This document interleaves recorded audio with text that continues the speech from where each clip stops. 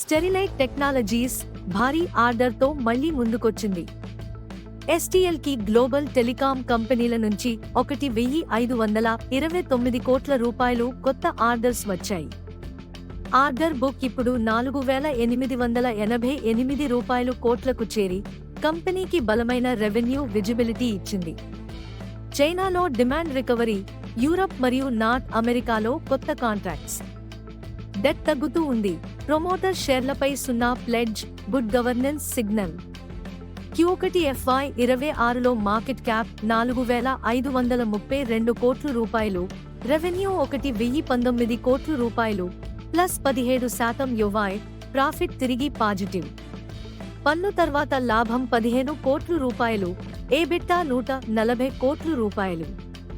Pay ratio negative, recovering, non-recurring losses in TTM.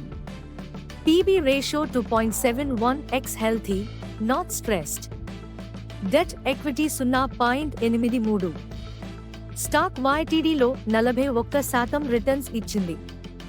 అన్ని major moving averages పైన trade అవుతోంది.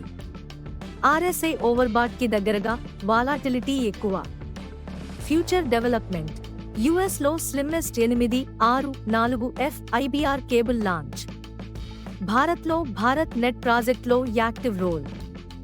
AI ready data center solutions మీద focus. STL global orders, margin recovery, ఇన్నోవేషన్తో ఇప్పుడు ఒక turn around story.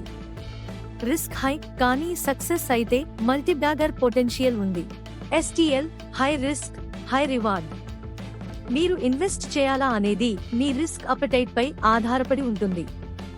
ఇది మీ stock market whisperers, వాస్తవ ఆధారిత మార్కెట్ అప్డేట్స్ ను ఎప్పటికప్పుడు మీ ముందుకు తీసుకువచ్చే ఛానల్.